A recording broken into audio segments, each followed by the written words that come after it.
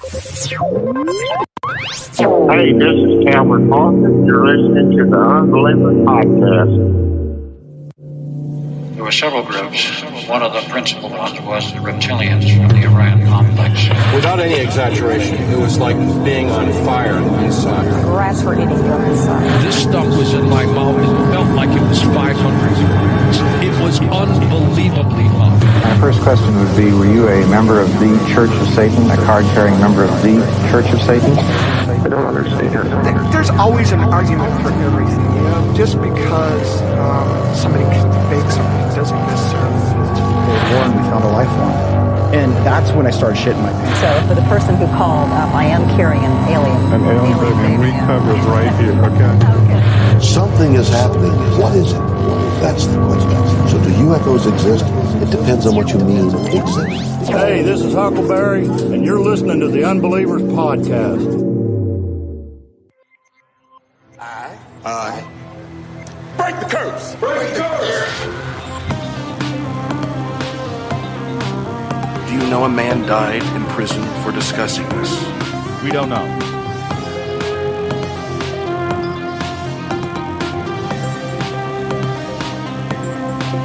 Is this a real show? You may be the only person in the world who doesn't know that.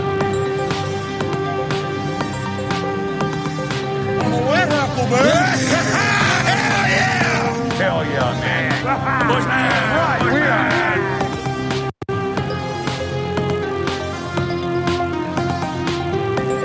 There will be more on rocks.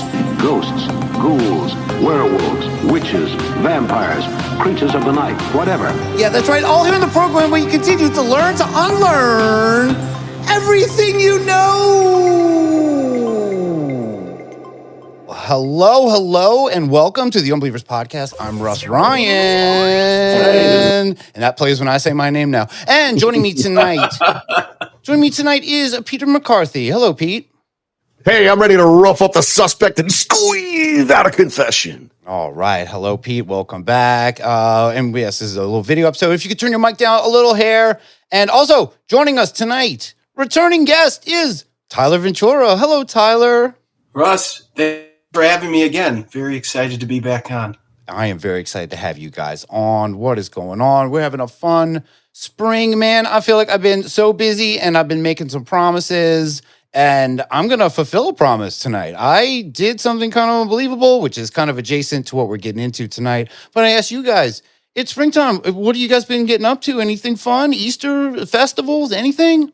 Just started getting nice out by me. You know, I'm in Illinois, Chicago area. It's been pretty crappy. So I haven't done a whole lot yet. What about you, Pete? You getting out? You doing anything?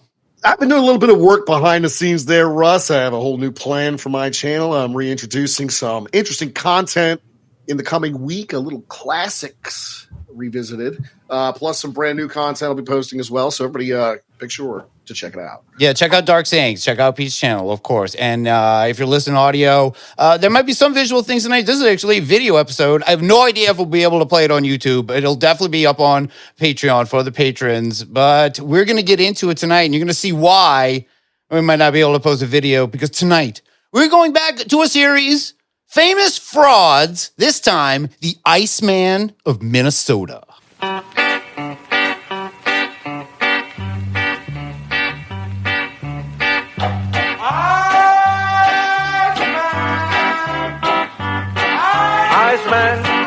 Iceman, got the coldest ice in town. Iceman, the women love for me to come around. The lady living over there across the street, she gets one piece and it lasts the whole week. Iceman, got the coldest ice in town. Iceman, the women love for me to come around. I'll give him one more. Here. You know I'm the best Iceman in these blocks. I'll give you the right size piece if you just open your box. Iceman. All right. Iceman. Very, very appropriate. Yeah. Because Because tonight we will be discussing a very chill guy, a creature known as the Minnesota Iceman, as part of our classic series, Famous Frauds. This is a series that, we should be spending more time of. We've gotten a lot of great topics from the famous frauds, people like Rick Dyer, Jay-Z Knight, the Snapple guy. Remember him? Oh, yeah. Diet Pete Give me a Snapple. Right? Joan. A glass with ice. Yes, Joan, get me a Snapple. Whatever his name was, he was definitely part of the famous frauds. But this case is a little different, though, as we will unlearn tonight, because while there is a huge amount of potential fraud and fakery, there also might be some mind-blowing truth hiding deep within the ice in this. We don't know. We might find out.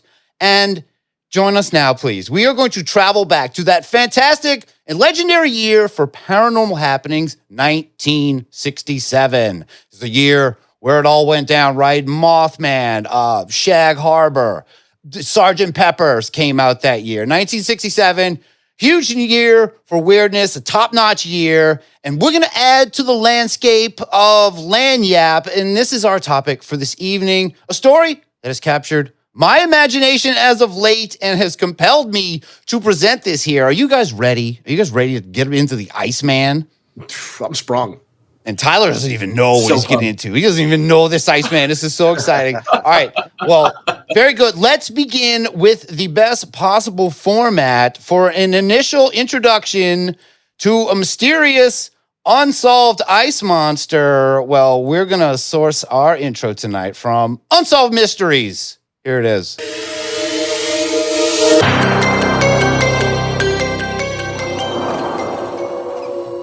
Well, as you can see, gentlemen, these are not ideal circumstances in which to view the exhibit. On a chilly December evening in 1968, a promoter named Frank Hansen led two renowned scientists into an isolated barn in southeastern Minnesota. Mr. Hansen, is the exhibit ever shown outside the trailer? No, it is always shown only in the trailer. Ivan Sanderson and Dr. Bernard Heuvelmans were experts in the esoteric field of cryptozoology, the study of hidden species. They had come to examine a peculiar artifact that had fallen into Hansen's possession. Place looks great. A Batman villain's lair they're walking Gentlemen, here is the Holy exhibit. Cow.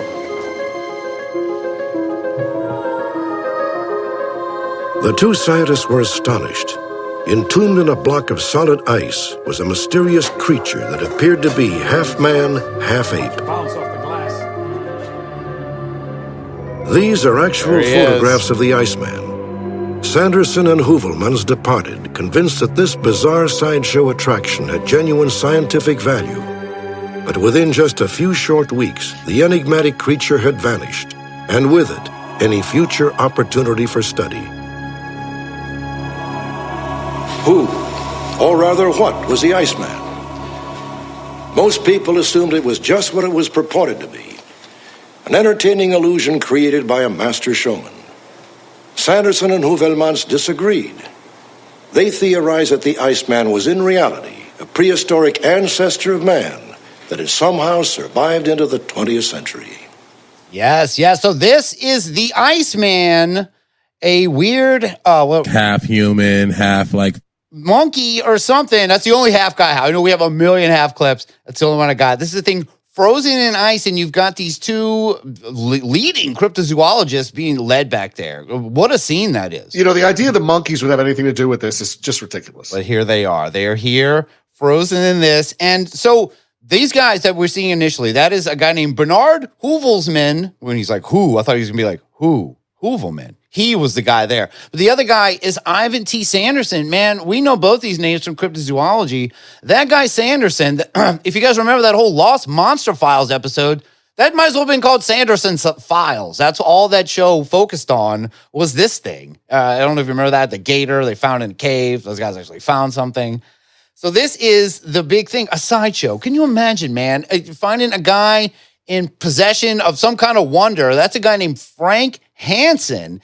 And at this time, he actually held the world record for being one of the most boring carnival people ever. As they said in there, the guy traveled around the carnival with tractors. Tyler, have you ever had the need to see a tractor? in person? Where I live, they drive on the street, so pretty fairly often.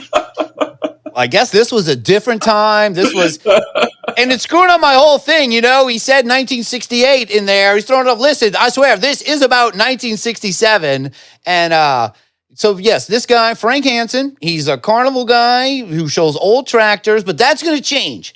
And I know I said this was like a 1967 centered thing. They said that. Look, it is actually about 1967, that year we all care about, I swear. And they're going to prove it to me and to you right here. World revolutionized farming. In 1967, Frank Hansen was traveling the State Fair circuit, exhibiting an antique mechanical contraption that he built as a first gas-powered tractor. Beautiful to look at.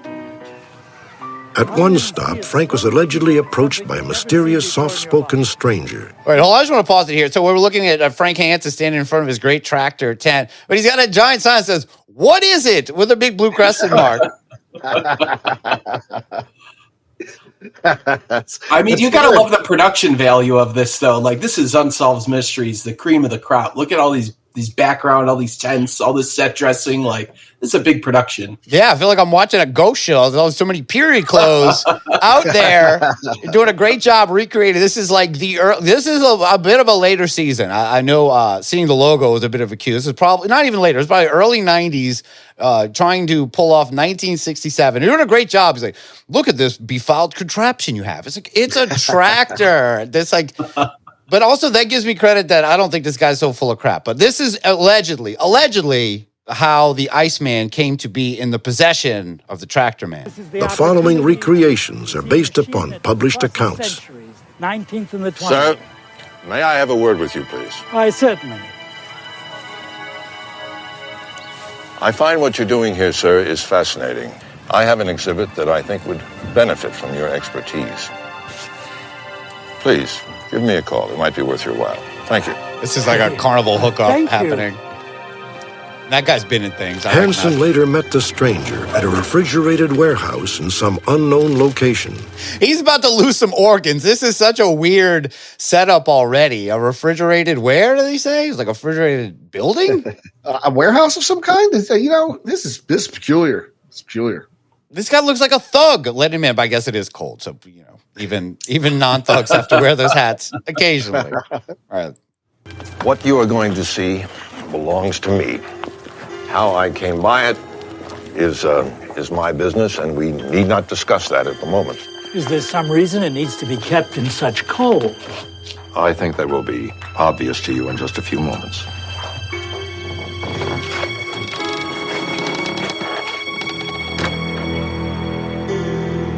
It's a frozen ice monkey. Is it real? Where did you get this from? Frank Hansen knew a golden opportunity when he saw one. He agreed to take the creature on the road and build it as an educational exhibit. Okay, so, boy, this is an interesting, origin story for this. A mysterious stranger comes out to the most boring guy ever.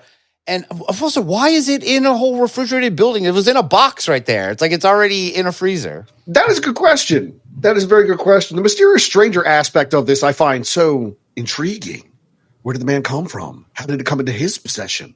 I love how the guy is he's giving away his biggest secret in the world. I got this frozen monkey. Come see this thing. And he's like, don't ask me anything about my frozen monkey, as if he's so pushy. He's like, I don't even know what we're looking at. What would I even ask you right now? It's like, you're showing me it doesn't even matter how you have it at this point. You gave it to me. And all right, back to the dumb building. If you have to keep it in a building, why would you give it to a carnival? You can't take that building from town to town. I don't know. I thought the building was a little much, which makes me think this whole story is a bit bullshit, this off here. But I'm going to kind of take a little side here. So why do you think these guys came all the way out to see a display from a carnival anyway? I mean, this is obviously all fake stuff, right? Well, I don't know. Why would this even be happening? Will this episode be out there of his? Well, not according to a young man named Terry Cullum. And this is a guy we're going to meet. This is a guy who put this Iceman on the map. And this guy is a true believer. And he thinks that there might actually be something to this whole gruesome thing. Watch. Something you'll never see again. Over the next 2 years, the Iceman became a star attraction at carnivals and state fairs throughout the Midwest. Really, is it Thousands of people were fascinated, but no one seemed to know what it was. Fake. Zookeeper Bob Szepleski saw the Iceman when he was 18 years old. What I was looking at was not made out of latex. It was not made out of rubber. It did not appear to be a man-made thing. It appeared to be something. But I as far as my opinion, I don't know what I was looking at. But I'm sure I was looking at something dead. Okay, so these are the early initial people who saw this thing when it first came out. All right, what do you think of that guy? He looks like a young Guillermo del Toro somehow. Yeah, he seemed a bit stunned that they were even talking to him. Yeah, there he is right there. Yeah. I don't know what I saw. I saw the thing. Leave me know. This is not Terry Cullen, by the way. We're going to meet him. These are a couple other people who were kind of firsthand witnesses because that's what happened is Hansen took that thing on the road. And obviously, I got to play it. It's like, Well, this is obviously all fake stuff, right? I mean, anyone. We've got a long history with these guys stuffing a bunch of deer guts into monkey suits and sticking them in freezers. But this is kind of the origin of that, and it might not be so fake. Environmentalist David Rivard viewed the exhibit in 1968. The first thing that went through the average person's mind was that this was not a wax animal that he had there. This was not something that was a machine. It was some kind of formerly live animal that was in the block of ice. Dr. Terry Cullen is a zoological and veterinary researcher. And I had long been an aficionado of sideshows and going to see them for mostly curiosity reasons. It was always enjoyable. You always had a great time trying to find out what they were doing and how they had it, what they did to fool the public, and about 99% of the In the past, Terry Cullen has been reluctant to deal with the media. He agreed to this interview to try to clear up past inaccuracies about the Iceman. Yeah, so this is Yeah, I like how they fade him in and out. They're like, he can go on and on. We got a story to move on with here. But that is Terry Cullen. And he's kind of the man of the hour here. And he sounds like he's giving this interview out of pure spite or some kind of record straightening. I've never heard that with a guest. They're like, Terry normally doesn't talk, but he's here to set the record straight on a few things. Like, wait, I thought we were solving a mystery. And now this is like this guy's personal vendetta to be on Unsolved Mysteries. If I may, I heard one line that really stuck with me. He said, I'm an aficionado of sideshows. Yeah, he loves his sideshows. And you're doing the math here, and you're like, wow, he's on, that is in the 90s. He was kind of young when he was back there, but I wish I could have been. That's one of the things our generation or anywhere close, we didn't really get any of those real, like, actual sideshows hanging around. You know what I mean? Like, Tyler, have you ever walked into seen one in my life? No, I've only seen like parodies of them or like Jim Rose or something where it's already kind of a throwback and you know what you're getting into. Not that real mystery of walking into a tent and be like, is there going to be a fish woman in it? Yeah, or the Esquilax, yeah. What's the Esquilax? Is that the Monty Python thing, the rabbit, the killer rabbit? Oh, is that what did I steal that from Simpsons? Yeah. I was thinking like a jackalope or something. The sideshow, it's like a jackalope. Yeah. Okay, all right. So we're going to get into it a little bit with this guy. This guy, Terry Cullen. He is very central to the mysteriousness and unsolvedness of this Iceman. And he was about to get into it before, of course, you heard them fading him out for Robert Stack there. But before that happened, we're going to get some great backstory recreation here on Terry. Let's check it out. This is when he met the Iceman. Oh, my God. Cullen first saw the Iceman when he was 17. He says a creature appeared to be a 6-foot-tall adolescent male.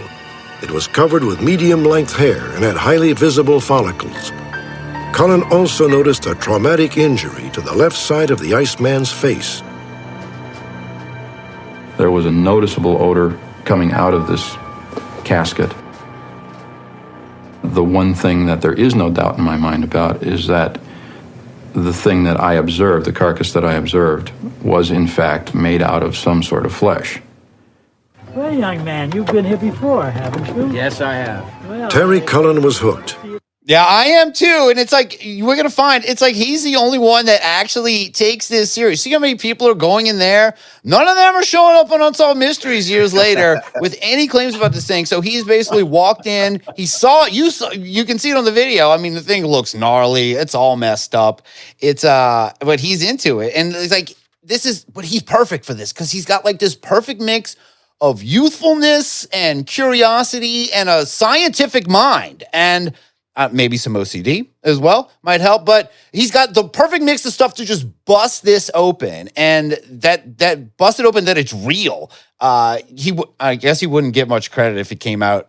Imagine Tyler goes out and he goes, "I declare that this monkey in ice is fake.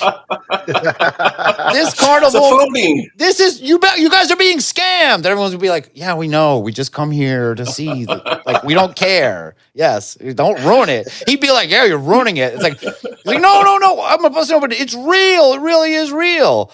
But you got to ask, who is this kid, though? What would he even know? It actually turns out he knows a lot.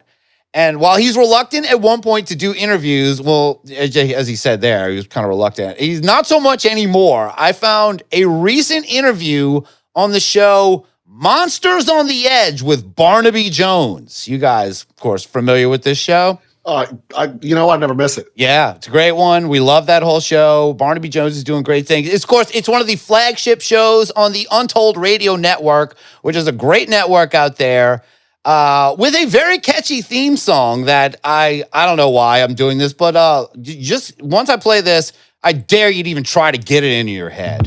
Turn up the dial, feel the vibe, get ready to ignite. Untold stories in the airways, flying through the night. Experience voices, tales so bold. Streaming live, truth unfolds. Untold Radio Network, where secrets come alive. New episodes daily, the mysteries thrive. Great guests, super chat. Oh, super chats! Oh, good. I can give you money. All right, cool. All right. Everything we've ever covered. Cryptids lurking, oh my. Ghosts in the hallway. Okay, I can't take it. The paranormal, the unexplained. What about the super chats? Oh. Get the inside scoop, unlock the mysteries, be part of the group. Live streaming stories. I'm singing along already.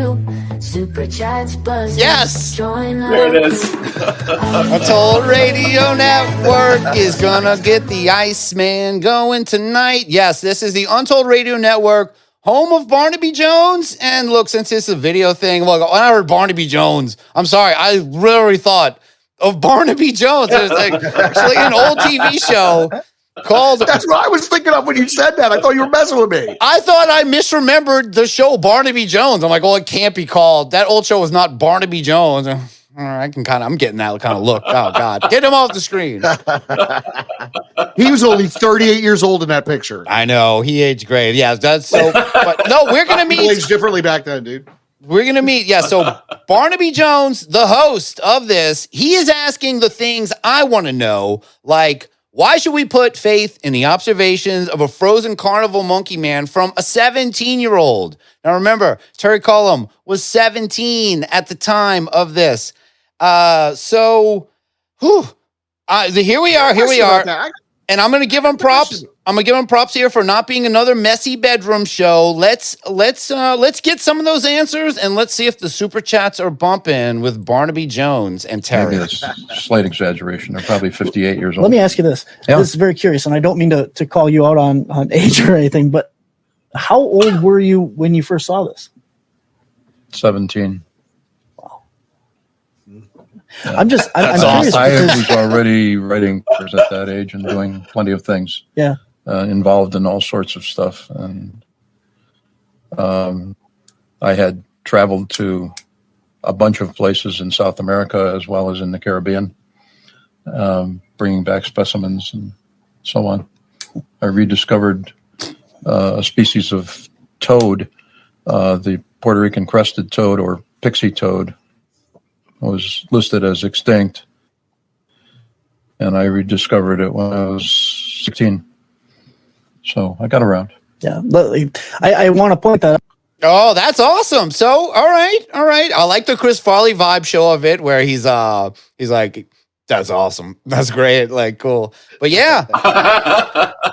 Yeah, he discovered a toad at the age 16. I gotta ask, what did you guys do at 16? Like, I can't think of anything notable. I went to Lollapalooza, but maybe that actually might be more impressive considering the lineup. But if you had ever seen a toad after 1966, I guess, whenever, that's all because of this guy. He discovered toads.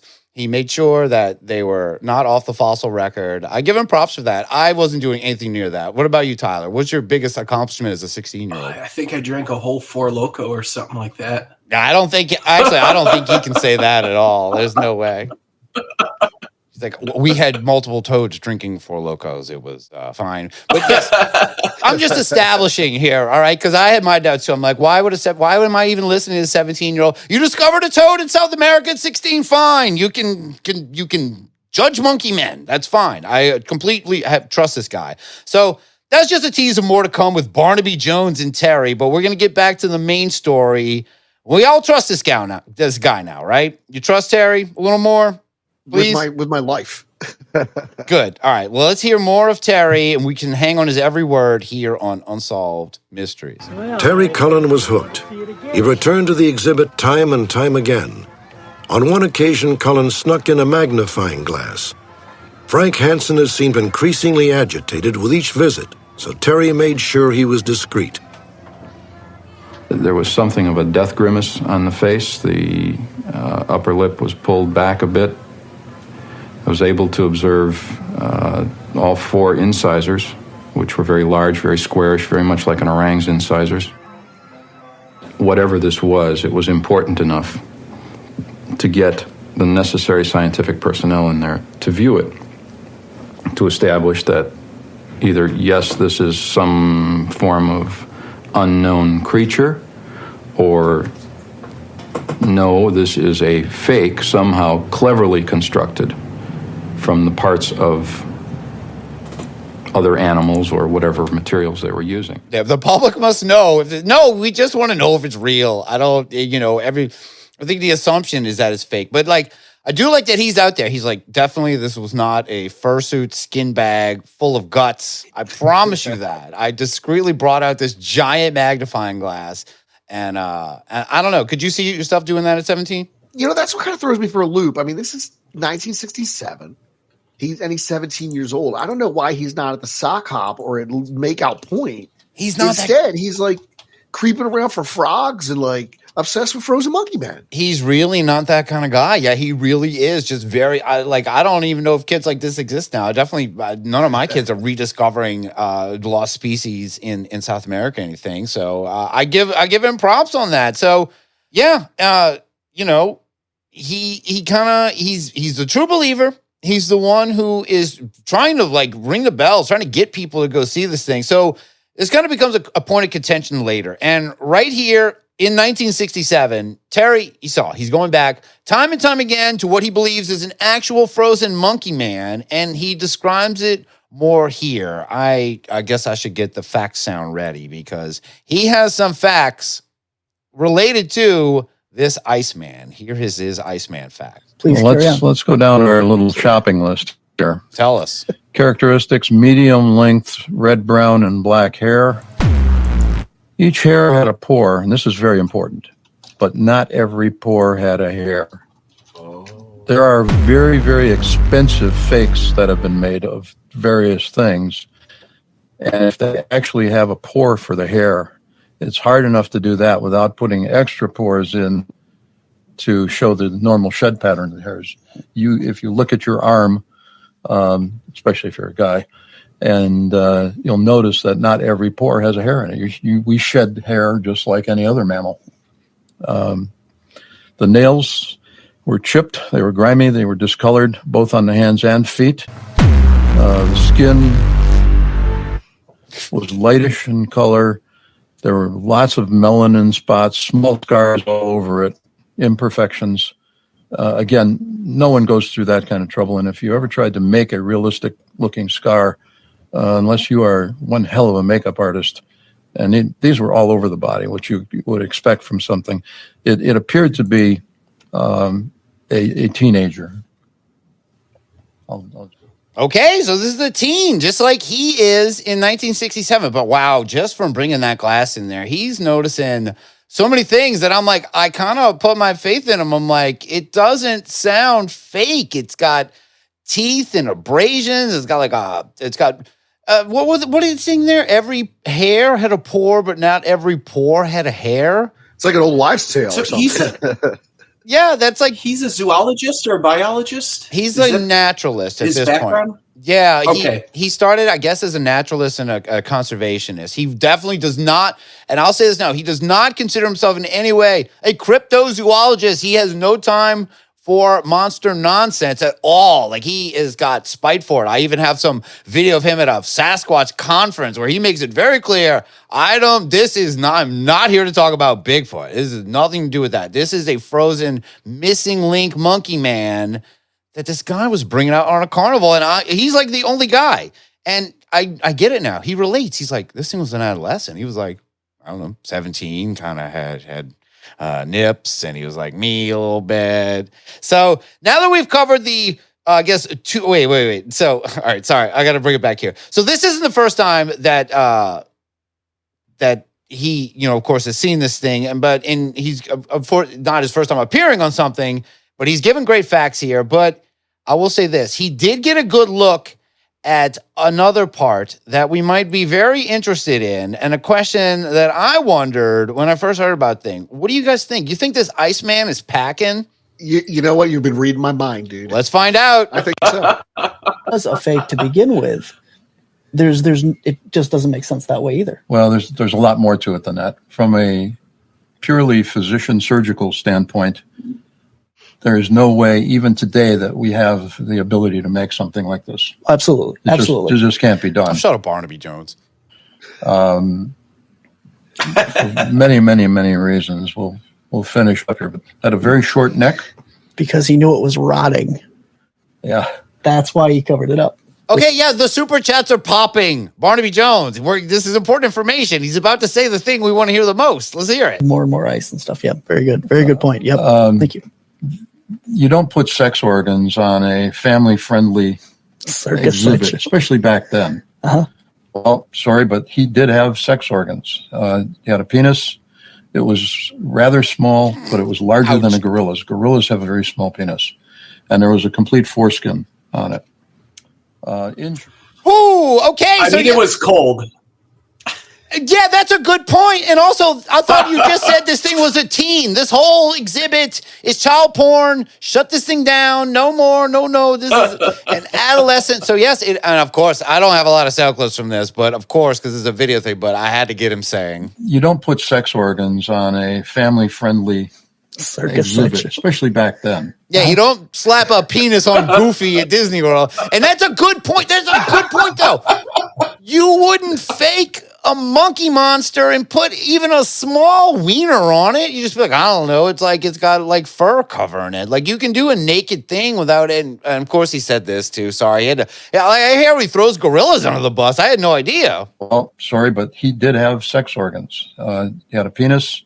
It was rather small, but it was larger than a gorilla's. Gorillas have a very small penis. That is, yeah. I wasn't checking that part out, but I take your word for it. Well, we know they didn't use a gorilla's penis then for the. No.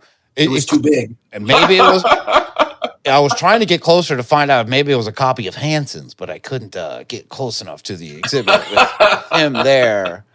The detail, too. Also, if you're going to put a penis on a thing, you wouldn't. And there was a complete foreskin on it. A complete foreskin, not even a partial. It had a full on. It's like, how big of a magnifying glass did you have? The wiener was like a little bit down there in the ice. You really, really got in on this. It looked just like a windsock. Again, Terry, thank you for sticking with this thing for so long and for those details. He's the only one saying this. I swear, he's the only body talking about this. But this isn't the first time that he's brought this up. Here, I kind of tease this. Here is Terry later on in the 80s at some kind of Sasquatch conference that he, again, did not want to be at. And he made sure this was not about Sasquatch, but he can't help himself. He talks about the penis of the frozen monster. Other remarkable things, the sexual organs were, I can't say they were similar to anything else I'd seen. They were hominid in form, somewhat reduced from what you'd expect for a male of that size. It appeared to me and my untrained non-anthropological eye to be an adolescent, whatever it was. And that's purely based on the fact that the secondary sexual characteristics to me, at any rate, just didn't seem right for an adult male or an older adult male. So again, if it's a new species or if it's nothing at all or if it's a fake, none of those things matter anyway. Point made. And yeah, he does know a lot about, I guess, adolescent sexual organs. He's like, the only reason I know this was not full grown. Look, that thing was way too small. There's no way. This is nowhere near a grown monkey, man. This was definitely an adolescent. I've seen that thing before, even with the. And there was a complete foreskin on it. You didn't bring that part up. But yeah, did y'all check that out? Didn't that remind y'all of like a Phil Schneider video? That appearance? His dungaree jacket.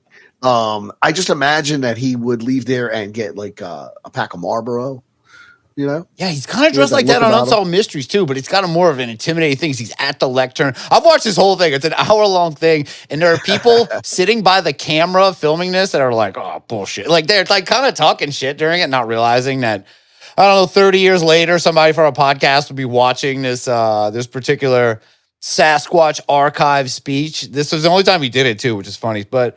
All right, so now that we've covered, I had to go to that. That's the Too Hot for NBC. There's no way Robert Stack was going to bring up. You don't put sex organs on a family-friendly exhibit, especially back then. Uh-huh. He's like, can we leave out the wiener part? Like, it's not that important. I don't know why he keeps talking about it. It's not, that's why they were kind of like looping over him. All right, he gets into that a little bit. Let's stay away from that. We know why you know it's an adolescent. Okay. So now that we've covered the Too Hot for NBC Iceman facts, let's jump back to Unsolved Mysteries. Not really. Unsolved Mysteries, and we're going to move this tale along a little bit more. Please, take us back. Missing link, huh? Yeah, I can't wait for you to see this. Kid, I've been to a lot of sideshows. These things are always fake. It's like this one's amazing. I think this one's real. Don't expect too much. Yeah, go on. Over the next few weeks, Terry Cullen tried to entice several scientific experts to view the creature. Eventually, he convinced an anthropologist from the University of Minnesota. He's a manthropologist.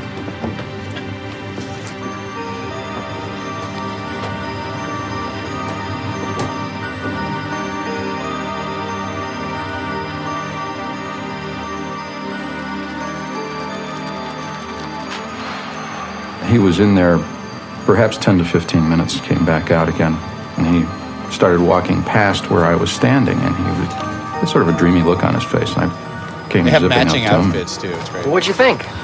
It's amazing. Yeah? I mean, well, tell me. I can't. It's really amazing. What'd you see out of it? I mean, what did you... Thank you.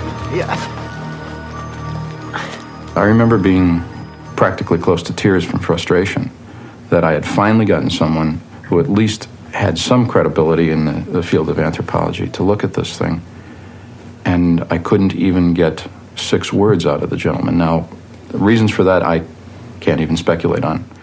At that point, I decided I would have to pursue other avenues. So yeah, so this is the guy he contacted too. And I would say this is actually a very accurate showing of when he finally got an anthropologist in. Some guy, he just got him in there, and the guy just went, it was amazing. It was amazing. And walked by. He didn't stop him. He didn't tackle him. He even says in an interview, I even paid his nickel or a quarter to get in there. And the guy just went, it's amazing. I can't believe it. Like, this is so much. Do you think he noticed the foreskin as well? That's the thing. The guy was just looking at the face from the recreation. So I don't think he looked further down. He's like, no, you got to look lower. Like, down there. It's like, who would do that? Yeah, exactly. Like, you don't put sex organs on a family-friendly exhibit, especially back then. Uh-huh.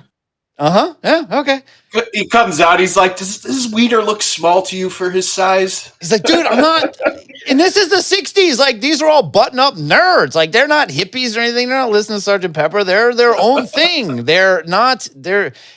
finally found a nerd who just, I'll go there and check out the thing. And it didn't work out at all, as you can see. But we do find out the fate of that. He doesn't even name the guy. Actually, he mentions that he doesn't even remember the guy's name. But we do find out the fate of that unnamed guy, and it's weird and it's not good. He just kept saying, it's amazing, incredible, and just kept walking. I said, well, what is it? What do you, what's your impression of it? And he shook his head a few times and walked away from me.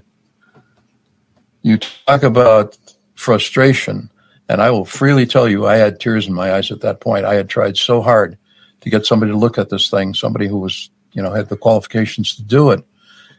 And I was failing miserably. No matter how I couched it, nobody wanted to come see it, none of the professionals. And finally, I get one person who'll do it. And he went away, and that was it. There was some poetic justice here. I did find out years later, when I tried to get in touch with him again to see if he would talk to me at that point, I was told that he probably wouldn't be talking to me because he had been killed in Mexico. He went up, he was studying some of the stuff on the pyramids, and he was struck by lightning. And that's a real story. That's absolutely the truth. So when we're looking at this situation, like you have this. Well, Barnaby don't care. Barnaby don't care about that at all. It's like he was laughing at the guy for Did he say anything about how crazy that is? That's nuts. That's a story I want to hear. So the guy was interesting enough to where he's checking out the pyramids in Mexico, and he gets struck by lightning. I think this Iceman is cursed. This is the curse of the original Iceman. And they don't bring anything up about it. And yeah, he did a full Chris Fleming there. Look, both of you guys did a Chris Fleming episode with me. At first, he was like, I was on the verge of tears on Unsolved Mysteries. He didn't want to say it then. He'll tell Barnaby Jones, though, he's like, I'm full on crying, Barnaby Jones. I'm full on crying. When the guy was struck by lightning, no. When he just said, it's amazing. It walked by me. Like, well, all right. I just think that it's really disproportionate. He's like, poetic justice. He got hit by lightning and died in Mexico. That's not poetic justice. That's fucked up. For a quarter and a snub, dude? You want this guy to die? Like, that's really cruel. Him either getting killed by an Iceman or being trapped in ice himself would be poetic, but... Yeah, this week's poll, would you rather be stuck in ice or struck by lightning or... killed. I don't know what that is. So Terry, he's losing his mind at this point. He has found the real deal, at least what he thinks it is, and no one of legal drinking age is willing to help him at all. But he keeps at it. Eventually getting to famed early cryptozoologist Ivan T. Sanderson, who we mentioned earlier. And Ivan convinces his friend and other famed fellow OG cryptozoologist, Bernard Heuvelman, who actually was a French-Belgium guy who was making a trip to the U.S. from his home in France. And he got these two together to have a look at this thing, and it led to this. We saw in the beginning. End, it was Terry Cullen who convinced Sanderson and Heuvelmans to examine the Terry's Iceman. fault. Sanderson and Heuvelmans were both convinced that, in fact, this carcass was the genuine carcass of some unknown form of animal or hominid. In May of 1969, Sanderson and Heuvelmans published their findings in a tabloid magazine for science buffs. I want to find that. National attention quickly descended upon Frank Hansen, and before long, the authorities took an interest in Hansen and the frozen carcass. In the summer of 1969, the local sheriff stopped by Hansen's farmhouse. There's some people that think that thing you got is the real McCoy. Well, of course they're supposed to. Look, Frank, if it is, I've got a couple of problems with it. Taking a cadaver over state lines is illegal. And if it's the real McCoy, how did he get dead? Listen, you can come with me and we'll look at it together. You'll see that it's a replica. Look, That thing stinks. What say I bring a pathologist back tomorrow morning? Is that okay with you? Well, sure, that's okay. 10 o'clock okay? That's fine. Okay. See you then. Sure. Sure.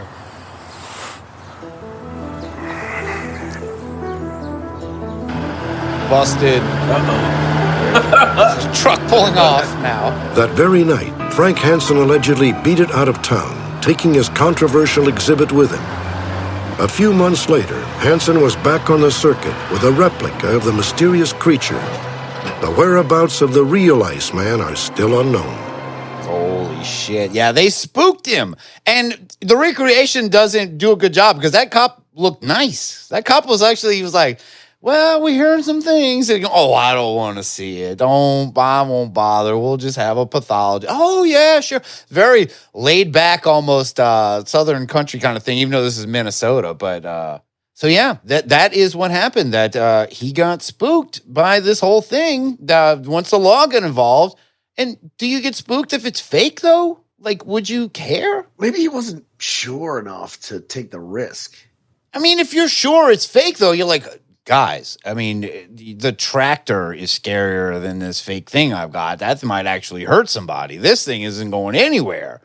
But no, he freaked off. What's that? I was just going to say, the other thing is maybe out of partial parts of a body or a cadaver, and that's why he got worried when he do DNA tests, No, he would discover something about, But what do they have? God, this is Lucy Hansen's arm. They could really, right? Yeah, they couldn't. I don't think they had the technology to kind of figure out who it could have been. Aside from this is human. He's like, no, I bought this off my old friend Ed Gein or something. He's old. It's just a fake thing he made. What? I got a wild theory here. Now, stick with me, please. Go ahead. ahead. If Terry this is a front the whole time? What if he's responsible for the disappearance of the Monkey Man? What if he thawed the Monkey Man out, who then proceeded to party with him in a series of wild hijinks, culminating with him winning a surfing contest or something, and then the Monkey Man went on to live regular life afterwards? I mean, it fits. It's a perfect time to enter a surfing contest. The Beach Boys were a hit. Brian Wilson was losing his mind because Sgt. Pepper was so good. So it was all kind of stuff going on around this time, but that Monkey Man could have thrived. Charles Manson's doing things out there. A lot of fun stuff going on. But yeah, the way the friendly authorities decided to intervene was a bit more complicated than it was portrayed there. And here we are. We're going to hear a little more about the how complicated this became and why this Frank Hansen guy took off like a thief in the night with his frozen creature. So what would happen is Hilvelman's pushed way too hard. Uh-oh. Started threatening Hansen, saying that he was going to call the FBI and he was going to report that he was taking dead bodies over the state lines, et cetera, et cetera, et cetera.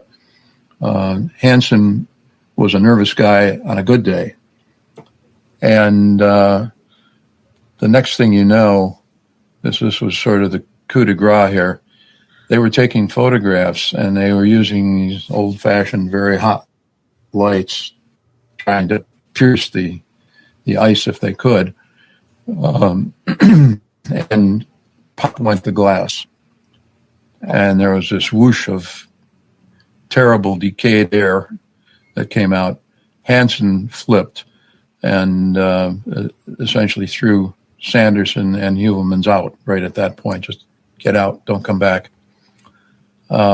Very shortly thereafter, Frank Hansen took this thing and disposed of it. No one knows where, no one knows under what conditions.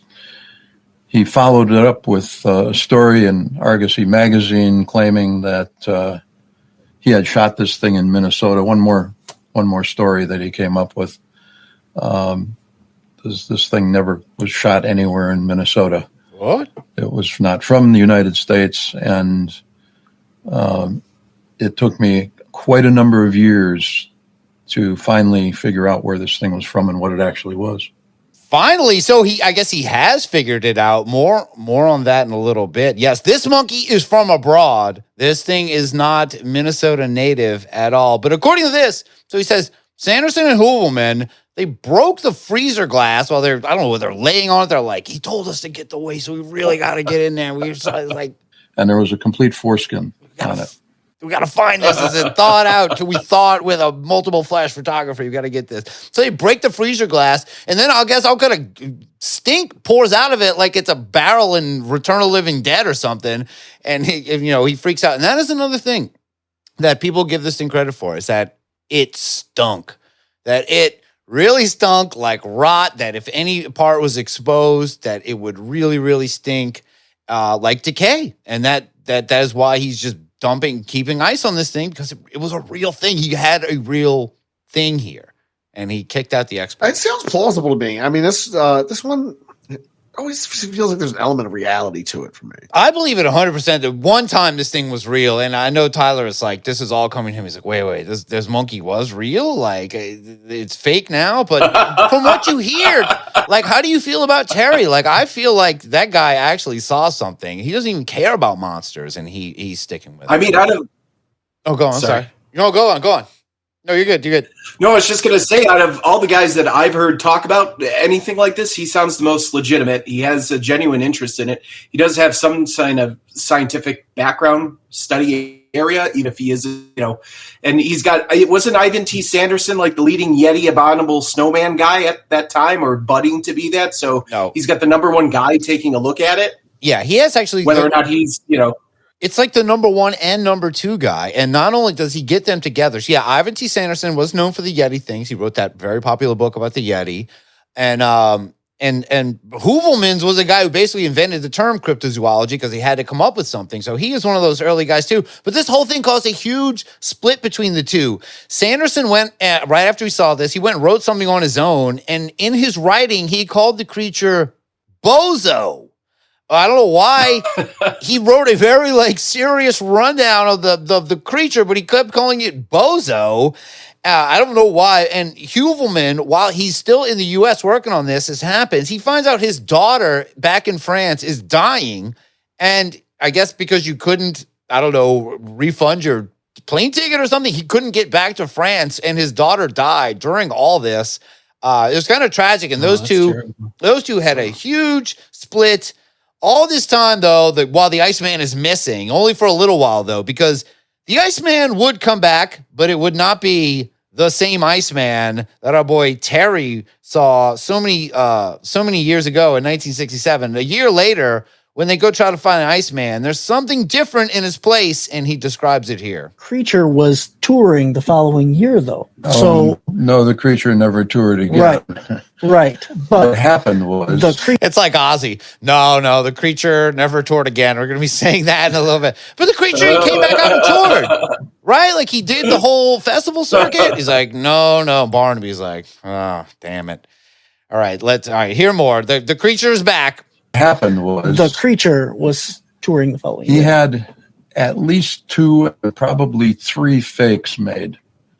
The first one was really pathetic. I got to look at it, and it was nothing like the original. Absolutely nothing like it. It just looked like a bad Halloween costume. The second one was a little better, and the third one, I don't know if it ever made it out onto the Midway or not. But the third one was made by a friend of his, and the guy did a very credible job of making it. I mean, it was really quite well done.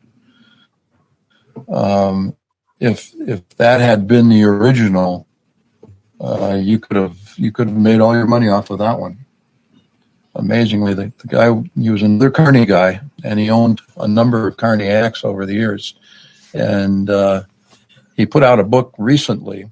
Yeah. So. What happened was, once he loses it, though, he doesn't miss a beat, though. He's made multiple fakes. I like that he's seen them all. He's like, the first one was pathetic. Like, oh my God, can you believe how bad of a fake this thing? He's like, then it actually got better. It was actually kind of cool. Like, actually kind of looked like the original. And can you imagine, you have this real thing and then you make a fake one and you get by on it. You get by for years and years. I don't even know if it had. And there was a complete foreskin. I don't know if the fakes included that element at all, but he showed this thing for a long time. And the fun thing about that Frank Hansen guy, though, which I kind of like him, one, he might have had an actual monster, but he had all these different origin stories for this thing. One was that it was found frozen, floating in a 6,000-pound block of ice off the coast of Siberia. And it was found either by a Russian sealing vessel or a Japanese whaling vessel, and then confiscated by the Chinese government before it ended up in a deep freeze plant in Hong Kong. That just sounds like a script. I don't know. The original story. could you imagine? How would a monkey man get frozen in the sea anyway? None of that makes sense at all. So wait, Terry followed him around all these years, wherever the thing was, to see the newest bozo? Yeah, he actually did. He did. He said he kept tabs on it for years. I think up to like the 80s, this thing toured around, but it was always just the fake one after that. Now, either he, is saving a little face, being like, no. I was like, didn't you make Sanderson and Hoovelmans break up over this? He's like, yeah, but that one was real, not the thing. The thing don't even foreskin. I saw the real one, And so there's also another theory, and we saw in the beginning about this, this mysterious millionaire man, this mystery man who comes out of nowhere and is like, hey, I have a thing for you. Stop asking questions to me. That guy is actually, part of the story is it's alleged that mystery millionaire is none other than actor Jimmy Stewart, who actually looks a lot like Barnaby Jones. If you want to be honest, I don't have a picture of Jimmy Stewart to put up. And then we have an account finally, Hansen himself, after this thing had been torn for a couple years as a fake, he had an account originally published in 1970 in the pages of Saga magazine, and the story starts with this introduction. I'm going to quote this article. Now, for the first time anywhere, the man responsible for the biggest controversy to hit the scientific world in the past decade presents his own story to the public and leaves it to the reader to decide if it's fact or fiction. Here's the title: I Killed the Ape Creature of Whiteface by Frank Hansen. And it's this long article, and in this, he claims that he was on a hunting trip in the Whiteface area of Minnesota, and I'm going to recall this story. So his story is that he's on a hunting trip with a couple other guys. He is an Air Force colonel, and he's kind of on his off time hunting, and that he sees through his sights while he's hunting 3 creatures that are hovering over a dead deer, and they're taking the deer's blood and they're cupping it into their mouths. And he's almost getting that paralysis that happens to you when something like this happens. And they even bring up, what is it they call when an animal makes like a real loud noise and it makes you freeze? What do they call that? Sonic something? Do you guys know what I'm talking about? I mean, they talk about with Bigfoot him using infrasound, but that's usually That's it. More like a feeling of dread. Yeah. That's what he got. He got infrasound happening to him because while he's looking through his sights at these 3 creatures drinking deer blood out of their cupped hands, one of them looks to him, shrieks, starts heading his way, and he just blows him away. He just completely blows the thing away, shoots it in the head. That's why it's got one eye is all messed up on it. The other eye is all bugged out on the creature. There's blood coming out of his mouth. He completely wasted it. He claims that in the article, he does not remember shooting it. He doesn't remember anything about it. And he doesn't even remember getting home. He goes home later after blowing this thing away, and it's the winter. So the snow starts building up. Months later, he goes back there and he's like, was that a guy? Did I shoot a guy while I was at that? Wait, hold on. Was I tripping or something? He actually thought he might have shot a guy. So months later, he returns to find the body exactly where it was, inside of snow, packed in snow. And he just picks it up and puts it in his freezer at his house and starts putting water on it. And then that is his only published story of the origin of this thing, is that he shot it himself. And I don't know, it's like, was he just doing that to sell it as this? And, I don't know how much you can put in this story, because like I said, he has a lot of origin stories to this thing. But you're going to ask, if this really was a missing link, why not just sell it in the first place? Doesn't it seem like a lot of work and hot, long days sitting at a carnival with this thing and making 25 cents to have these little weird guys come in and look at it? Couldn't you make a ton of money if this is actually what it is? Well, evidently it's not. Evidently it's more lucrative to do what he did, as we're going to hear from 80s hair Terry again here. Hansen hovered around that exhibit like you can't believe. That was his livelihood, and that's one of the things that very few people understood. The question has been asked of me many, many times, why in the world wouldn't a guy like that, if he was that greedy, want to sell that to science or do this or get $1 million? He had no guarantee of a penny from anyone. As a matter of fact, he was afraid somebody was going to steal the thing from him. And he was making an enormous amount of money off of this thing. We just did a little hairline calculating one night and figured out that he was probably making, just off the Wisconsin State Fair alone, he probably cleared $150,000. And he probably paid for that exhibit in a couple of months. You don't want something like that taken away from you. You don't want to sell it to anybody because as far as you're concerned, you sell it for $1 million, all you've got is $1 million. You got this thing, you got $1 million or $2 million a year for as long as it's popular. And then maybe turn it over to some other fool who's willing to buy it. Okay, if I have no idea that this was this profitable, I kind of don't blame Rick Dyer and the other guys. It always seems like such a, I don't know, does Carney life sound fun, like doing this? I can imagine that you'd want to be just hucking for those small quarters this whole time. I guess it's a trade-off because you're living on the road. You know, you're dealing with the public. Not the greatest conditions, kind of hot days, you know. So, but then again, like it's not an all-year kind of thing. It's only during a, carnival season. Yeah, right. So I guess clearing $100,000 a year in '67, you're probably living pretty well. Right. I know you got to pay for that big ice truck. He said, "Oh, he paid. We figured it out." He was. I don't think that was even close to what he's made. I don't know what he's figured. Yeah, 25 cents a head, and it was at least 4 million people that walked. No, that was not. We would hear way more about this thing if that many people were dropping 25 cents to go see this thing. There's no way that math works out. I mean, okay. I give it to you for discovering. A lot of that's his money, probably. Right, he's the one who saw it. It's like, I saw it at least 100 times. I had to sneak in when he would say stuff like, I would go in when he'd go take his lunch break because the wife would let me get closer to the thing. She didn't care. He's like, he definitely stalked this thing. He definitely gave that guy hundreds of thousands of dollars. He went into huge student debt. All of his meal costs went towards watching this while he was many years in college. But so, yeah. So maybe that actually gives some context. That makes the Unsolved Mysteries conclusion, I don't know, make a little more sense. Let's see. We're gonna conclude the Unsolved Mysteries because they're not going as deep as us, but they do finish their story. This thing may one day be understood by us as a genuine object, as a true representative of something primitive and manlike that is still living today. If, under other circumstances, this kind of thing is found and described and matches those extensive descriptions by Sanderson and Hovelmans, then at that point in time, someday in the future, we would know that this was the real thing that they saw in 1968. What was the Iceman? A primitive human-like species that managed to survive until present day? An elaborate hoax pulled off by a professional huckster? Or perhaps some unfortunate soul who died an untimely death and ended up as a sideshow attraction? Frank Hansen may be the only person who can answer these questions, and he isn't talking.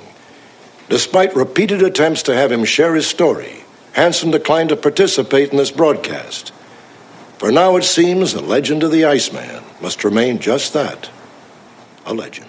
They usually ask us to help solve the mystery. This is targeted at one guy. He's like, there's one man who can solve this mystery, Frank Hansen, and he's not talking. Maybe go bug him for us. He can't say that on TV, but he's like, wink, wink.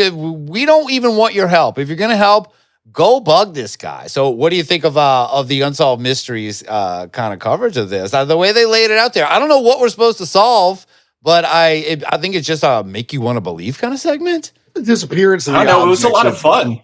Oh, it is. It is.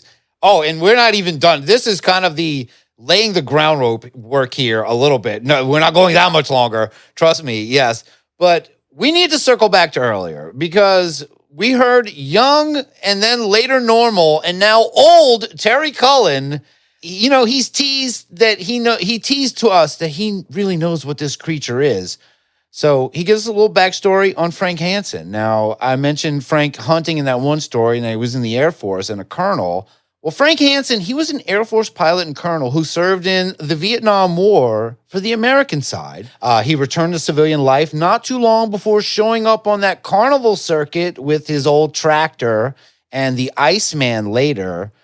Well, Terry Cullum now has no doubt that the creature in the ice is none other than a creature known as the Vietnam rock ape.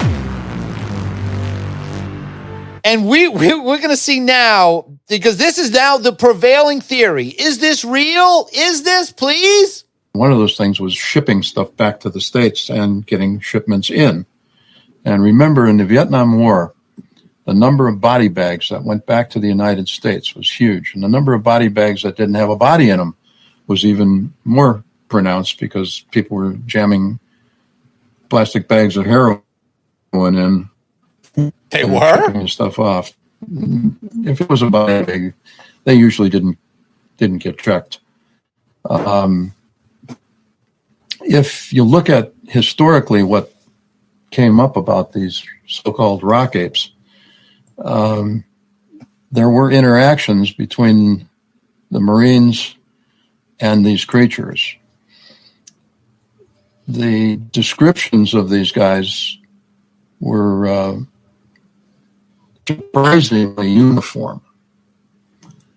And if you look at what was said by the Marines and the interactions that they had with these things, initially they didn't think anything of it. They just thought that this was an orangutan or, some sort of ape that lived there. Not a lot was known about the flora and fauna of Vietnam outside of Vietnam. And the fact that there were apes there, okay, that's what they were. So no one ever bothered to check or classify the fact that Vietnam had like a half human, half apes, that was just part of it. And if you were a U.S. soldier in Vietnam and you saw one of these apes, you're like, I guess these are just part of Vietnam. Let's just assume that they're supposed to be here. No one blinked an eye about it. Tyler, have you ever heard of rock apes before? Do you know this? I have heard the term. I don't know much about it. So wait, were they hiding the heroin inside the rock apes? I missed part of the story. Is that how they were smuggling the heroin? This is a deep conspiracy, Russ. This is pretty wild. The best way to get heroin back was to shove it up a rock ape and then stick it in a body bag, then stick it on a freezer, and then travel the country. That's why maybe that's how he was making all those millions. He was selling heroin out of his they're like, you got that rock ape? And they're like, we got that rock ape. Rock ape, sure.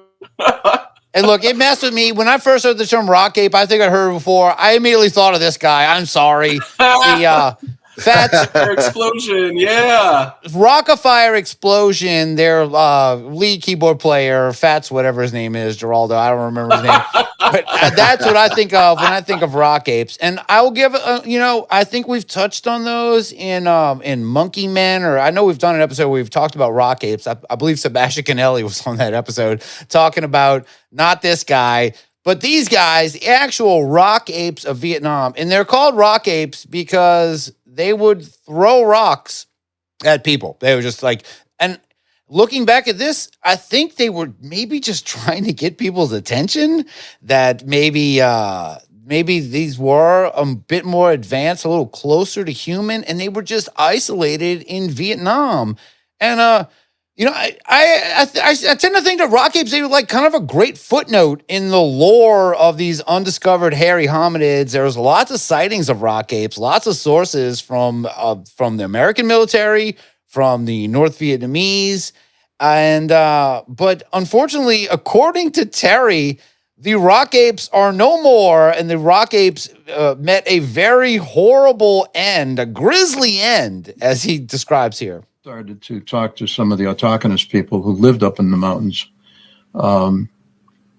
The descriptions were identical to what the Marines were coming back with. There weren't many of them. And in 1966, one group of Marine operatives, for reasons that I wasn't there, I can't tell you, but they opened fire on these guys, and they killed several of them. No. And one of them got thrown into a helicopter. Likely that was the one that Hansen ended up with. And likely he popped it in a body bag, sent it back, and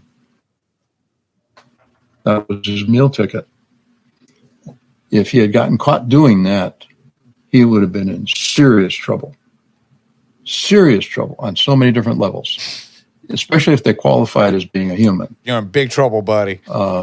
Boy, that's in the genus Homo. He could have been charged with everything, including some form of murder, if they thought he had something to do with the animal's death. Yeah, and he's talking about this. So if anyone is, anyway, learned or rock apes, that this incident happened where he goes on to say that basically the rock apes were completely mowed down during the Vietnam War between bombings and the U.S. coming up on them with machine guns and just completely blowing them away. They are all gone, according to him. All the rock apes are gone, and all of these fellow, Homo class hominids, as he calls them, they're all gone. And he even mentions in this, it's just so many clips.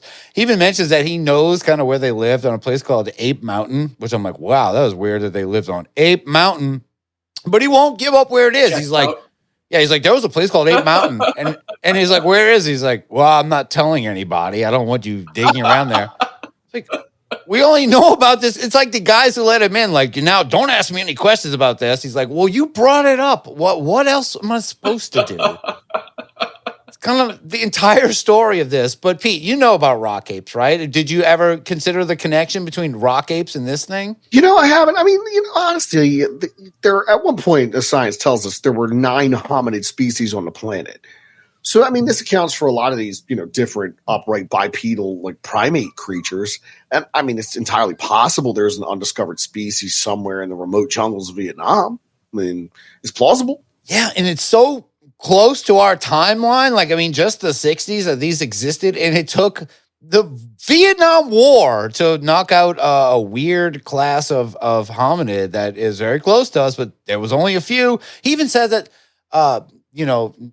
kind of the villager type people of Vietnam at the time, like traded with them, and they just kind of established, kind of like how we hear stories of Bigfoot, trading with tribes and stuff like that. Like it was almost that same kind of thing. But this is in no way Bigfoot. This is more close to us. Like he was maybe trying to just get our attention and trying to make some kind of contact, not just get blown away by these guys.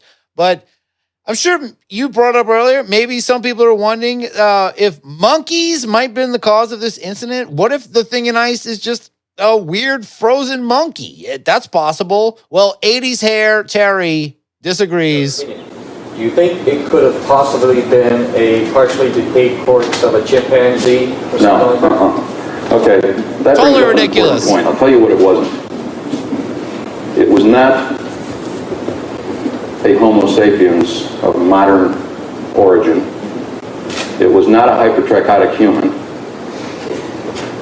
It was not any known ape, unless it had been doctored just enormously. And I don't know how in the world they would have changed the limb proportions on it. There are a lot of things about it that just were not ape-like at all. So, I hope that answers your question. Yeah, I hope that ends. He was very volatile at this thing. Every question was an assault to him. He's like, you good? You good?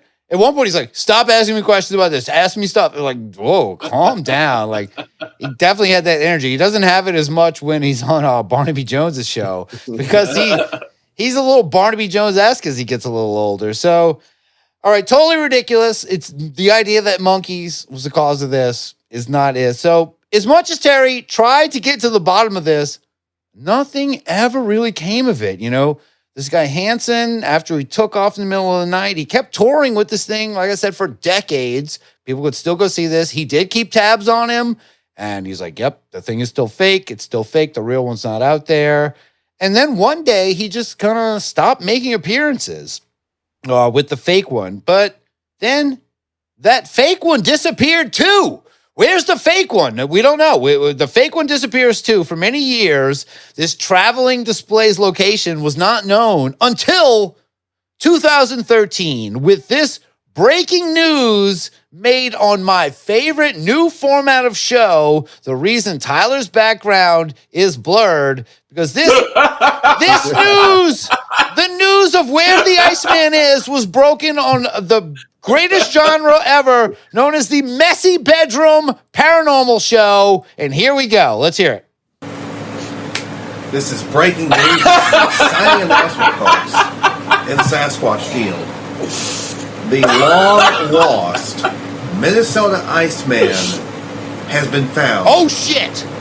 The fake one. This is the frozen possible corpse of what may be some kind of a primitive man, maybe a Sasquatch. No, rock ape. Which surfaced in the, I guess, about the mid-1960s. All right, so this guy. Yes, you see, new messy bedroom show here. I love this guy a lot. He gives kind of a brief. Yeah, well, what are you gonna say, Pete? Go ahead. That guy looks like he has formerly been stuck in the hollow of a tree trying to get honey out of it. He is very Winnie the Pooh like. I will give you that. Definitely, I did not think of that.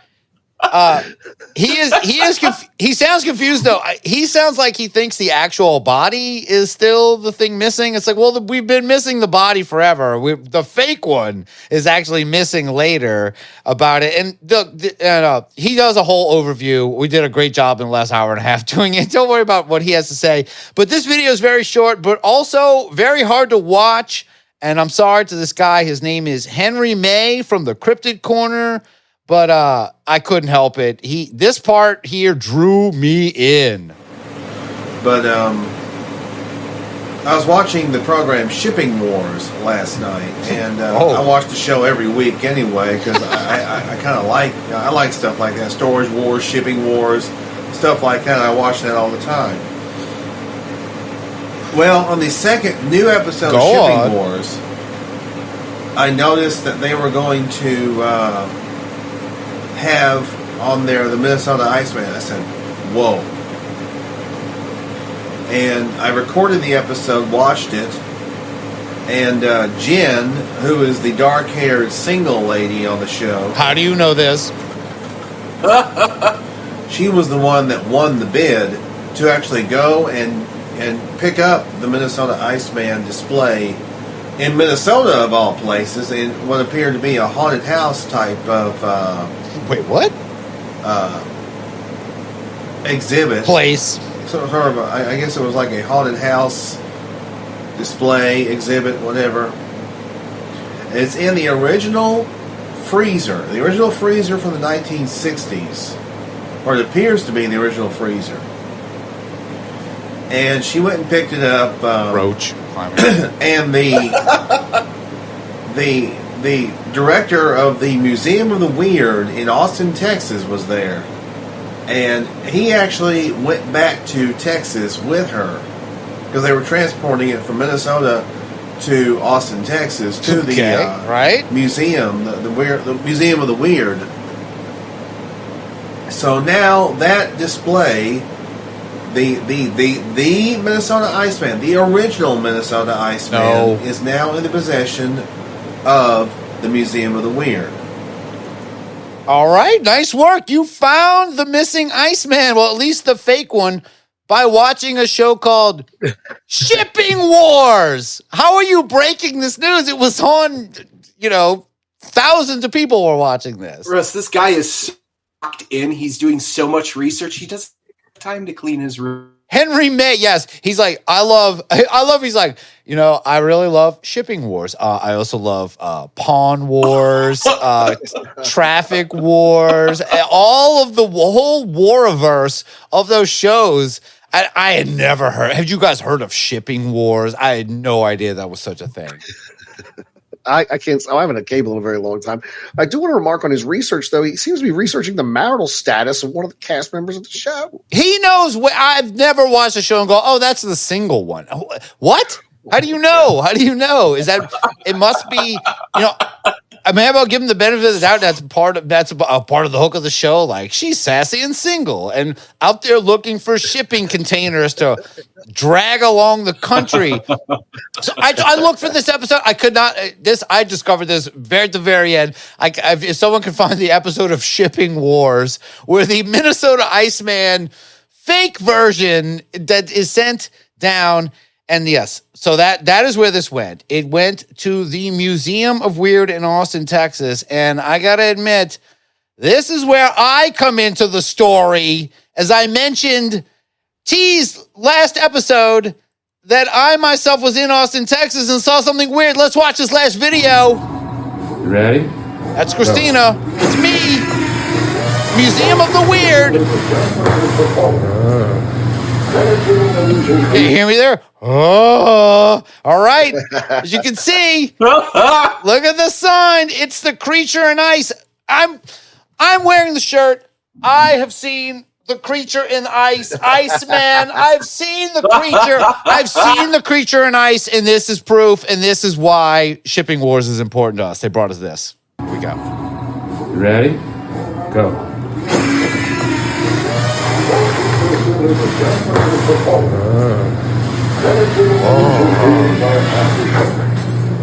Sanderson and Rubenbach disagree. They theorize that the Iceman was in reality a prehistoric ancestor of man that had somehow survived into the 20th century. And they were playing the Unsolved Mystery segment. This was me initially walking in. I saw the sign on the door, Creature in Ice. I said, all right, I'm just going to film this, go in. This is where it ended up. The fake Creature in Ice is still there. Look at this thing. This was the coolest thing I've ever seen. I was in heaven visiting this. I did not want to leave it. I, of course, bought the t-shirt, and I had no idea Terry Cullen existed or any of that. But here we go. This is some first-hand footage from me. Look at this thing. And I didn't even think, look at this. I walk up. I don't even think to look for. You don't put sex organs on a family-friendly exhibit, especially back then. There was a complete foreskin on it. I had no idea. I wasn't even looking. And I just kind of passed the camera over. But there it is. The Creature in Ice. Here, I'll play it one more time. Sanderson and Rubenbach disagree. You can see his face. I'm going to pause it. I'll try to get it right here while I talk about this. All right, this is the closest you can get. I don't have the proper camera to look for. Oh, sorry, but he did have sex organs. He had a penis. It was rather small, but it was larger than a gorilla's. Gorillas have a very small penis. Yes, they do. And that is that is where it resides now. A thing that could have possibly been real, toured the country forever. Well, toured the country for a year is possibly a real thing. Then a fake thing for decades. It's still there. If you go to Austin, Texas, and I know we don't have ads and we never will, go to the Museum of Weird. The fake Iceman is there, and it is cool. It definitely completely sucked me in seeing it, and being in that room, I felt like I was at Mothman Fest seeing Robert Stack up on a screen talking about the thing I'm looking at, and I'm standing there completely ignorant going, why did no one tell me about this? So this is where this wraps up, and I've kind of presented it all. I'm going to ask you first, Tyler, what do you think of this thing? Do you think this is some kind of rock, Abe? What story would you want to believe of this, or what do you think is the most plausible? First, I just want to say I love how you presented this entire story. It was so fun listening to like a mystery like this that actually is very gripping. I feel like the original has some merit to it. The original sounds like, from all of Terry's thing he said, all the research he tried to do on it, that sounds like a legit story. And the part that I think that only falls apart is that he made the copies afterwards, after just completely losing the first one. That's the only thing that seems kind of odd.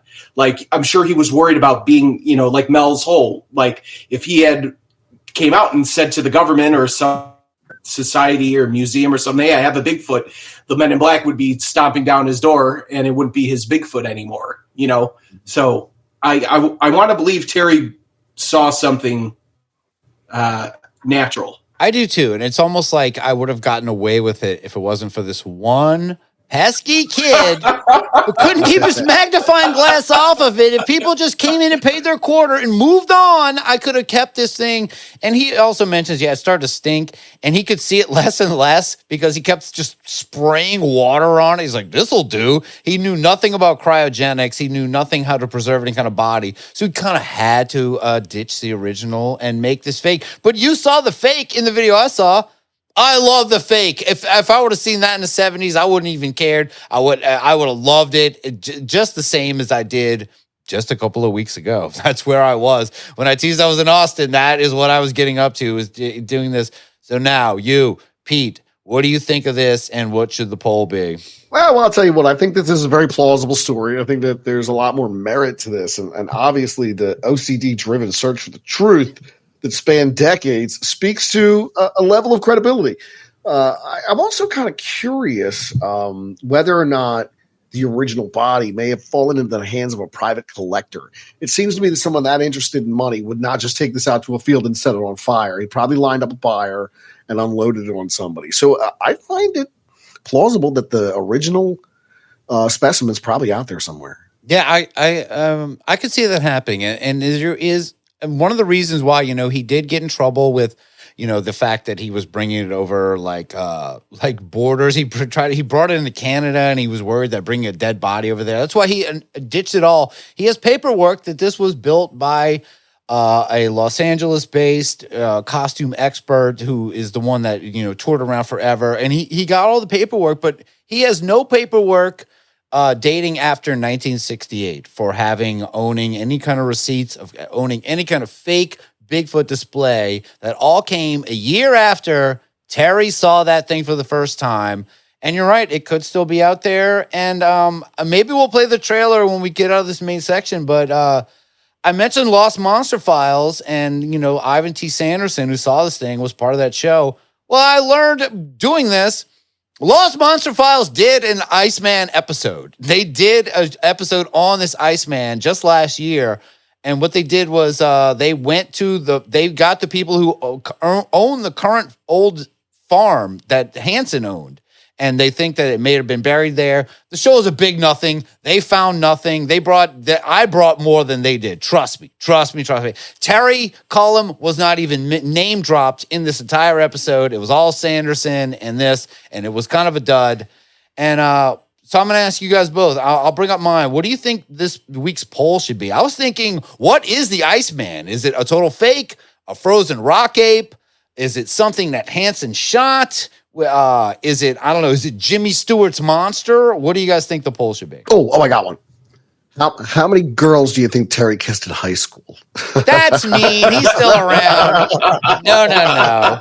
Terry, I love you, and I know this is what this show does. We tease. If you somehow come across this, I like you a lot, Terry. But no, go ahead. It's going to be, what is the Iceman? Is it a total fake, a frozen rock ape, some Hansen shot, Jimmy Stewart's monster? Go to unbelieverspodcast.com to vote, and let's get out of here with a video music send-off, since this episode is on video, by a band, you're not going to believe this, a band called Impaler. Remember when Josh B. Warren said Impaler? This is a band called Impaler. Hey Impaler. Here is Hey Impaler with their hit song, Where is the Minnesota Iceman? This is real. It's a Minnesota Iceman. Thank you.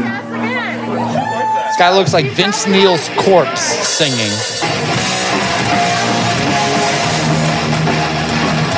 Oh, shit.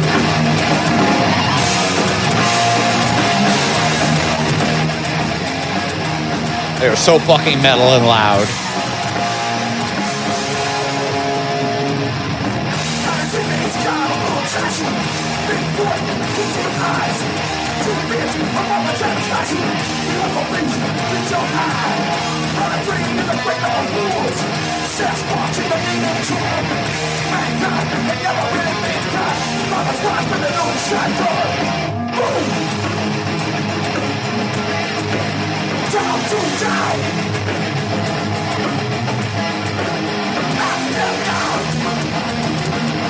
Okay, that's so off-putting. All right, there you go. That is Hey Impaler with the Minnesota Iceman. Where is he? Jam there. Wow. Yeah, Iceman surprisingly has some cool songs. I love that first Iceman song. I had never discovered that. Old rock song by the Iceman. Hey Impaler. You're coming in, I don't know, third in this 2-horse race so far. But yeah, I actually, and I'm something I didn't think about. I don't know if you guys even remember. Do you remember that movie in the 80s? It was called Iceman. It was just a movie called Iceman. It was about a frozen monkey man that was thawed out, and they had him in a habitat. You guys remember that? I don't have a trailer for that, but missed that one. Yeah, we've gotten on the main. Look, we're gonna get to the poll real quick, but I realize we do have a little bit of time. I'm gonna play this one little bit. I have a trailer for that. I actually have two trailers. I have one for Shipping Wars and one for the Lost Monster Files episode about this. I'm gonna put Tyler. What do you want to know more about, Shipping Wars or Lost Monster Files Iceman? Shipping Wars, because I want to see this babe. There we go. Let's figure out who this single broad is. Yeah. We're the guys club tonight. We're looking for the single lady on Shipping Wars. Here's the Here's a trailer for Shipping Wars, that guy's favorite show. Let's watch it real quick. I'm not plugging that. America's highways are paved in gold. Realistically, you make $18,000 to $20,000 a month. Where independent shippers make big money on jobs nobody wants. Airplanes, Huey helicopters, giant army tanks, frozen monsters. When you're a one-man show. And there was a complete foreskin on it. And there was Every a complete day at the foreskin same on time, it. transporters compete to win the highest-paying loads. Well, is this show brought to you by IMAX? What is going on? They showed everybody opening the most gaudy colored MacBooks I've ever seen. All right. I'm sorry. I had to pause there. This is ridiculous. I think I got so what do these guys do? They're tracking shipments. People watch this show. People watch it. You guys have never, you don't recognize this yet? No. Bidding against shippers across the country. I'm gonna bid high on that. 6,000. What an idiot. Do these people all live in vans too? Hold on. They're all in vans. Like Woodline. Miserable. With those terrible Lasco Walmart fans in the van? Why do you need a fan in the van? This is terrible. All right. It's mine. This would be fun. I hope it snaps your trailer in half. Every time I win a bid, I hit the jackpot. The best care for this camel is to... I was like, did I get lucky enough that the Iceman's in a trailer? Because it said shipping abnormal. It's a camel. There's a guy... Shipping Wars is about fighting to ship a camel to some guy. Maybe this is a new career. Do you guys even know that this career path existed? No, it looks miserable. It does. Sitting in a hot van, like refreshing your browser on probably like crappy internet, like trying to outbid people. It sounds terrible. This is awful. At least Pawn Stars get to stay in the same building and go have lunch or something. These guys are going like, it's 9,000 miles. I can get there. I'll get that camel to Austin. Everything goes to the Museum of the Weird now. To me, all right, let's go more. We're only about halfway in. Stop about every hour and a half. That way he can eat, drink, stretch his muscles. What did I get myself into? Okay, wait. Did we find the single lady? I think this has to be her. Gotta be her. That's disgusting. Oh, honey, you're thirsty, aren't you? It is huge. This isn't going to be as much fun as I thought. It says shipping the enormous. I don't know what is this? Some giant golden griffin? Like this is a very. Oh, it's at Ripley's Believe It or Not. Look in the background. They're at Ripley's Believe It or Not. Yeah. Okay, we're getting a little. This is a very Unbeliever themed here. Let's see what they have here. I've only got 36 hours to pick it up and have it delivered. If I don't get it there on time, I lose half the money. Let's get moving. What the fuck is it? Is this giant silver chrome? It looks like the What is that name of the horse in front of the Denver airport? Oh, yeah. You know, Lucifer. Lucifer. Thank you. That's right. This is Silver Fur. This is the same exact energy. Can you get it up just a little more? Bring the forks back. Whoa, watch that tail. Little more. Careful. Stop. Oh, please break the thing. That's the other part. No. They not only have to pick it up, they have to move these things out of places and potentially. They're going to put those sound effects. They didn't break it. Nothing happened. I mean, I guess it's better. I guess it's better than a coupon show, which it seems like the same genre of one of the shows where like, oh, we're going to have to give you a second receipt. Oh no, Coupon Wars. I like all the war shows, and this is one of them. I gotta haul this thing and not have one scratch on it. This thing was way bigger than I thought it was. That's where I make my money. It's the loads that a lot of people don't want to do. If If I don't get it there on time, it's going to cost me thousands. See that tank? That actually belonged to Al Capone. I'm serious. Some say it was even owned by the gangster Al Capone. Really? Yeah, really. I swear. Maybe his ghost is there.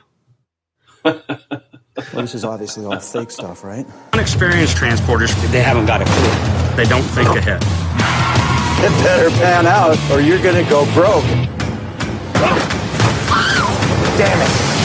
Shipping Wars, a new series. Were they shipping something on like a motorboat too? They showed like something falling off a boat. Hold on, this is ridiculous.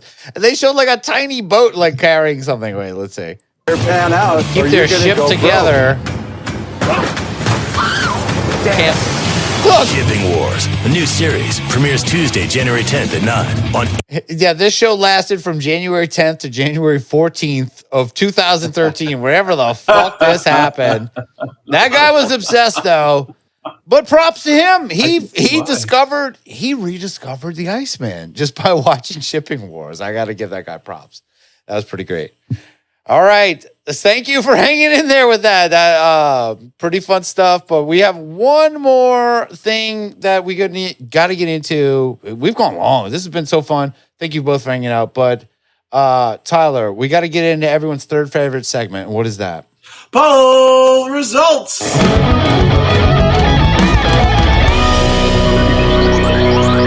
Ooh, this week's poll. What recent dead famous do you want answers from? And the choices were Gene Hackman, Val Kilmer, Shelley Duvall, and David Lynch. I'm going to ask you, Peter McCarthy, what do you think the Unbelievers said?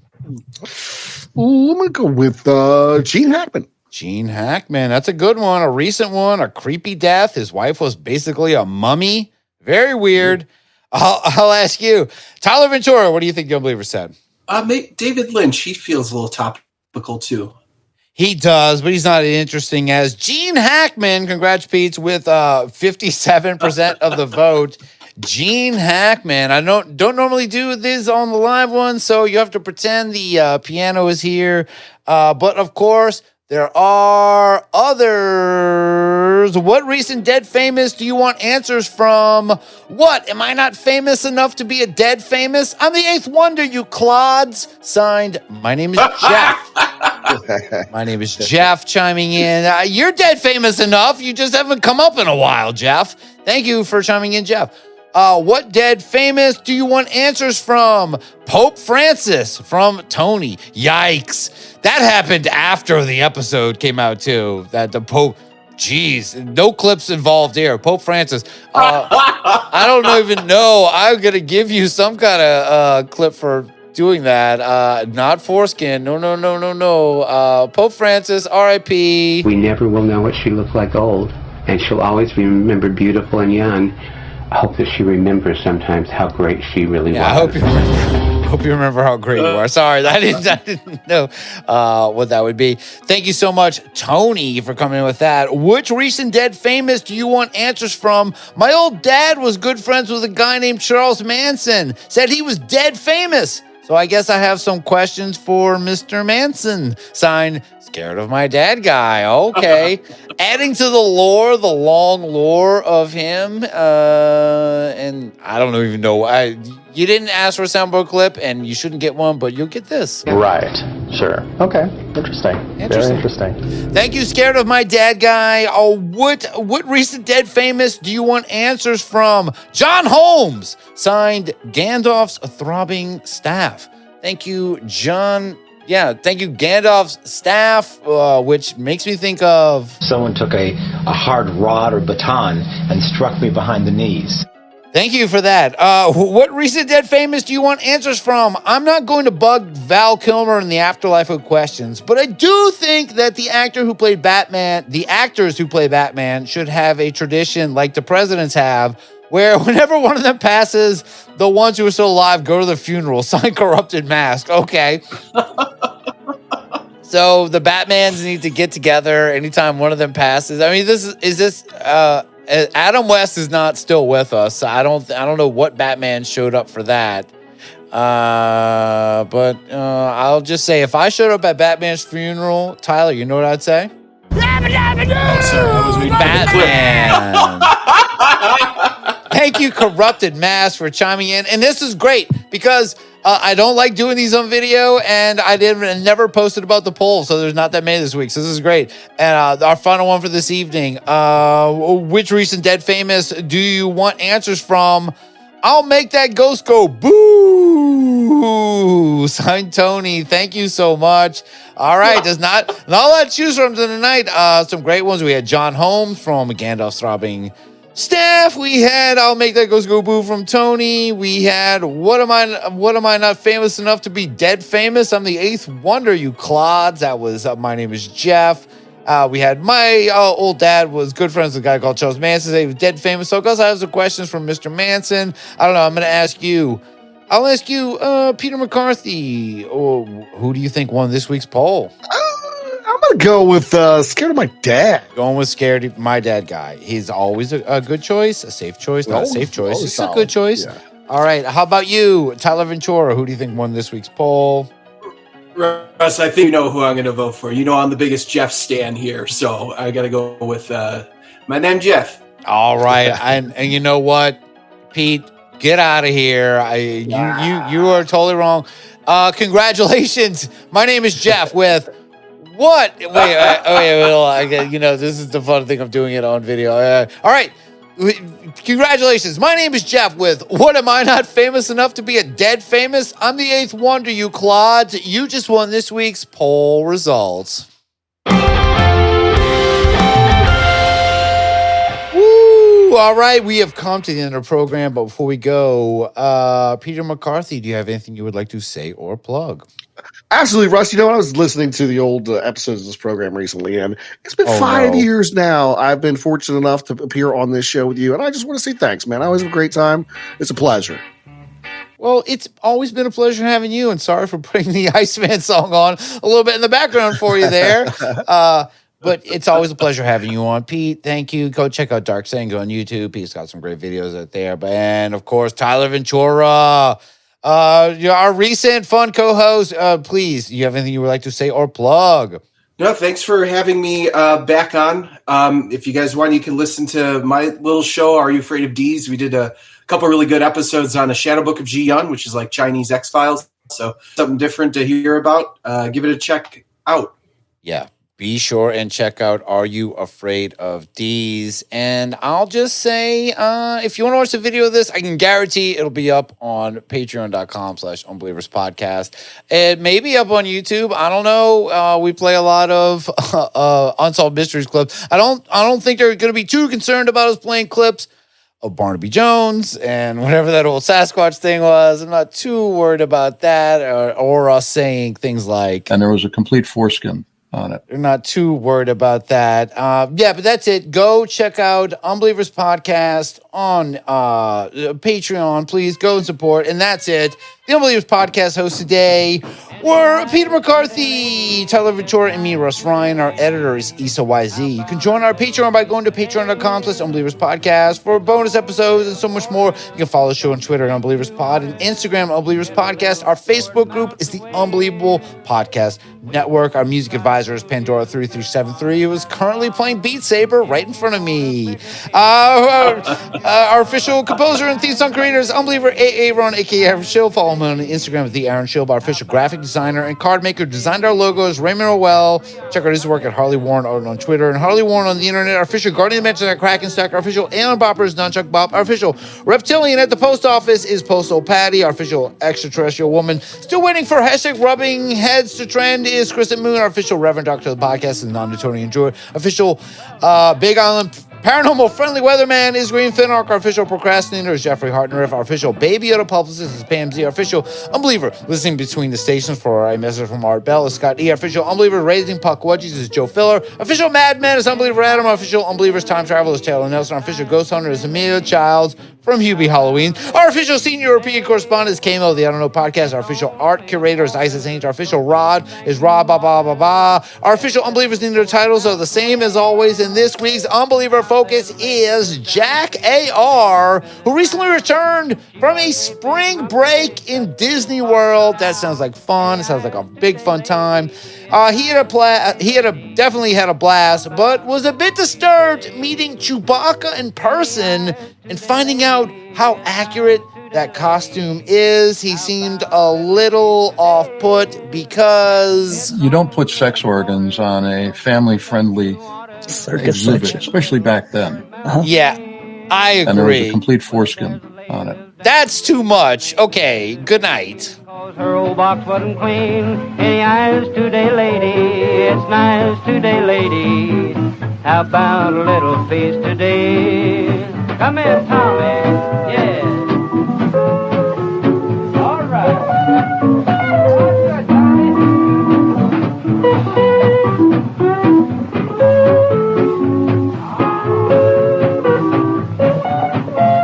Yes, Mr. Leon.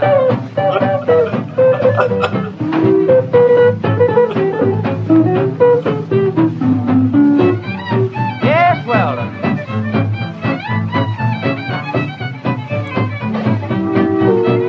Any eyes today, lady?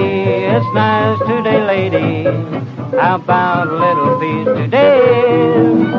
Well, it's only a quarter, so don't you think you ought to get a little before it melts away? We wouldn't try to fool you or try to be bold.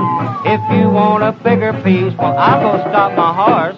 Any eyes today, lady? It's nice today, lady.